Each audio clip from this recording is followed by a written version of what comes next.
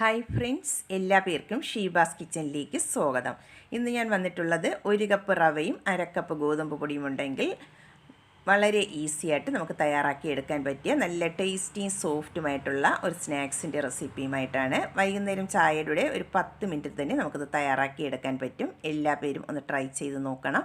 എന്നിട്ട് ഫീഡ്ബാക്ക് അറിയിക്കാൻ മറക്കരുതേ. വീഡിയോ ഇഷ്ടമാകുന്നെങ്കിൽ ഒന്ന് ലൈക്ക് ചെയ്തും കൂടെ സപ്പോർട്ട് ചെയ്യണേ. എന്നാൽ നമുക്ക് ഈ ടേസ്റ്റി ആയിട്ടുള്ള സ്നാക്സ് ഇതെങ്ങനെയാണ് തയ്യാറാക്കിയെടുക്കുന്നതെന്ന് നോക്കാം. അതിനായി ആദ്യം ഞാനിവിടെ ഒരു മിക്സിയുടെ ചെറിയ ജാർ എടുത്തിട്ടുണ്ട്. അതിലേക്ക് നമുക്ക് 1 കപ്പ് റവ ചേർത്ത് കൊടുക്കാം. റവ എടുക്കുമ്പോൾ വറുത്തതായിരുന്നാലും വറുക്കാത്തതായിരുന്നാലും ഏതായാലും കുഴപ്പമില്ല. ഞാനിപ്പോൾ വറുത്ത റവയാണ് എടുത്തിട്ടുള്ളത്. ഇനി അതിലേക്ക് 1/2 കപ്പ് ഗോതമ്പ് പൊടിയും കൂടെ ചേർത്ത് കൊടുക്കാം. ഗോതമ്പ് പൊടിക്ക് പകരം മൈദ വേണമെങ്കിലും ചേർത്ത് കൊടുക്കാവുന്നതാണ്. ഇനി നമുക്ക് മധുരത്തിന് ആവശ്യമായിട്ടുള്ള ശർക്കരയാണ് ഞാനിപ്പോൾ ചേർത്ത് കൊടുക്കുന്നത്. ഒരു 3/4 കപ്പ് പൊടിച്ച ശർക്കരയാണ് എടുത്തിട്ടുള്ളത്. അത് ചേർത്ത് കൊടുക്കാം. കല്ലൊന്നുമില്ലാത്ത ശർക്കര ആയതുകൊണ്ടാണ് ഡയറക്റ്റായിട്ട് അതിലേക്ക് ചേർത്ത് കൊടുക്കുന്നത്. കല്ലുള്ളതാണെങ്കിൽ കുറച്ച് വെള്ളം ഒഴിച്ച് ഒന്ന് മെൽറ്റ് ചെയ്തതിന് ശേഷം അരിച്ചിട്ട് വേണം ചേർത്ത് കൊടുക്കാൻ. ഇനി ഇതിലേക്ക് ആവശ്യമായിട്ടുള്ള വെള്ളം ഒഴിച്ചു കൊടുക്കാം. ഞാനിപ്പോൾ 1 കപ്പ് വെള്ളം എടുത്തിട്ടുണ്ട്. അതിൽ നിന്നും 3/4 കപ്പ് വെള്ളം ആദ്യം ചേർത്ത് കൊടുക്കാം. എന്നിട്ട് ആവശ്യമുണ്ടെങ്കിൽ നമുക്ക് അരയ്ക്കുമ്പോൾ ചേർത്ത് കൊടുക്കാവുന്നതാണ്. ഇനി നന്നായിട്ട് ഒരു സ്പൂൺ കൊണ്ട് ഇതൊന്ന് മിക്സ് ചെയ്തതിന് ശേഷം അരച്ചിട്ടെടുക്കാം. ഇതുപോലെ ഒന്ന് സ്പൂൺ കൊണ്ട് മിക്സ് ചെയ്തിട്ട് വേണം ഇതൊന്ന് അരച്ചെടുക്കാനായിട്ട്. അല്ലെങ്കിൽ മിക്സിയുടെ അടിയിൽ പോയി അത് കട്ട കെട്ടിയിരിക്കും. അതുകൊണ്ട് ഇതുപോലെ ഒന്ന് മിക്സ് ചെയ്തിട്ട് വേണം ഇതൊന്ന് അടിച്ചെടുക്കാനായിട്ട്. ഇതിപ്പോൾ നന്നായിട്ടൊന്ന് മിക്സ് ചെയ്തെടുത്തിട്ടുണ്ട്. ഇനി നമുക്കത് അടച്ചു വെച്ചതിന് ശേഷം നന്നായിട്ടൊന്ന് അടിച്ചിട്ടെടുക്കാം. ഞാനിപ്പോൾ അടിച്ചെടുത്തപ്പോൾ ബാക്കിയുള്ള 1/4 കപ്പ് വെള്ളവും കൂടെ ചേർത്ത് കൊടുത്തിട്ടുണ്ടായിരുന്നു. ടോട്ടൽ 1 കപ്പ് വെള്ളമാണ് ഇതിലേക്ക് ചേർത്ത് കൊടുത്തിട്ടുള്ളത്. നന്നായിട്ട് അടിച്ചെടുത്തിട്ടുണ്ട്. അതൊരു ബൗളിലേക്ക് ഒഴിച്ചു കൊടുക്കാം. ഇതിപ്പോൾ ഈ കൺസിസ്റ്റൻസിയിലാണ് ബാറ്റർ തയ്യാറാക്കി എടുത്തിട്ടുള്ളത്. 1 കപ്പ് വെള്ളമാണ് ഞാൻ ഇതിലേക്ക് ചേർത്ത് കൊടുത്തിട്ടുള്ളത്. ഇനി നമുക്കിത് അടച്ചു വെച്ചതിന് ശേഷം ഒരു 10 മിനിറ്റ് ഇതൊന്ന് റെസ്റ്റ് ചെയ്യാനായിട്ട് മാറ്റി വയ്ക്കാം. അപ്പോൾ റവയെല്ലാം നന്നായിട്ട് ഒന്ന് കുതിർന്ന് ഒന്നും കൂടെ ഒന്ന് സോഫ്റ്റ് ആയിട്ട് വരും. ഇതിപ്പോൾ ഒന്ന് റെസ്റ്റ് ചെയ്യാൻ വെച്ചിട്ട് 10 മിനിറ്റ് ആയിട്ടുണ്ട്. നമുക്ക് അടപ്പൊന്ന് തുറന്ന് നോക്കാം. ഇതിപ്പോൾ റവയെല്ലാം നന്നായിട്ട് ഒന്ന് കുതിർന്ന് ഒന്ന് സോഫ്റ്റ് ആയിട്ട് വന്നിട്ടുണ്ട്.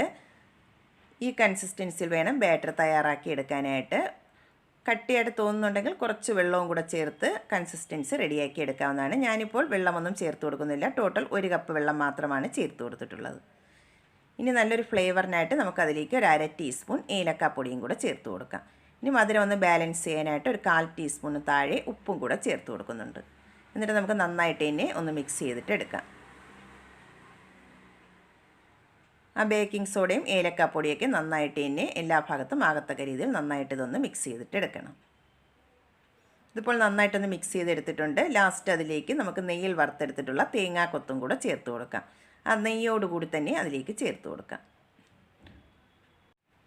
തേങ്ങാക്കൊത്തിന് പകരം നട്ട്സ് വേണമെങ്കിലും ചേർത്ത് കൊടുക്കാവുന്നതാണ്. ഞാനിപ്പോൾ തേങ്ങാക്കൊത്താണ് ചേർത്ത് കൊടുത്തിട്ടുള്ളത്. എന്നിട്ട് നമുക്ക് നന്നായിട്ട് വീണ്ടും ഒന്നും കൂടെ ഒന്ന് മിക്സ് ചെയ്തിട്ട് എടുക്കാം.